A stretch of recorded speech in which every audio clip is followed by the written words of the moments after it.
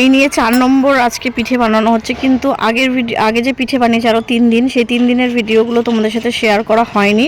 কিন্তু আজকে 4 নম্বর দিনে পিঠে বানাচ্ছে, সেই পিঠেগুলো তোমাদের সাথে শেয়ার করছি কিভাবে কি বানাচ্ছে।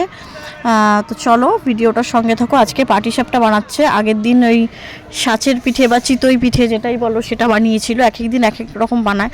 আর পায়েস মানে আমাদের তো যেহেতু গরুর দুধ দিয়ে যায়, তো পায়েস আমাদের 2 সপ্তাহ পর পর কি 3 সপ্তাহ পর পর হয়, একদিন করে। পায়েসটার কি দেখাবো বারবার, তাই সেরকম আর ভিডিও করা হয়নি পায়েসের। তো চলো, পাটিসাপটা গোলানো হয়েছে ব্যাটারটা, আর এদিকে মা পাটিসাপটা বানাচ্ছে, গ্যাসেই বানাচ্ছে। আর একটা উনুনকে খেতে দিয়েছে, আর কতগুলো ক্ষীর বানিয়েছে দেখো, 1 থালা ক্ষীর। এগুলো সব হাতে বানানো ক্ষীর।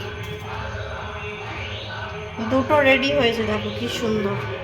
3খানা রেডি হয়ে গেল দেখো, জানো আরো হবে 1 থালা ক্ষীর।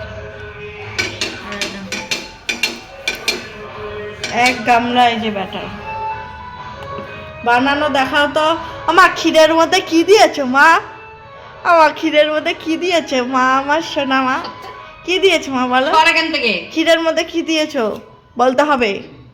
তো মা ভিডিওর সামনে বেশি কথা বলতে চায় না। তো চলো, মায়ের 2 থালা পিঠা বানানো রেডি, মানে কমপ্লিট।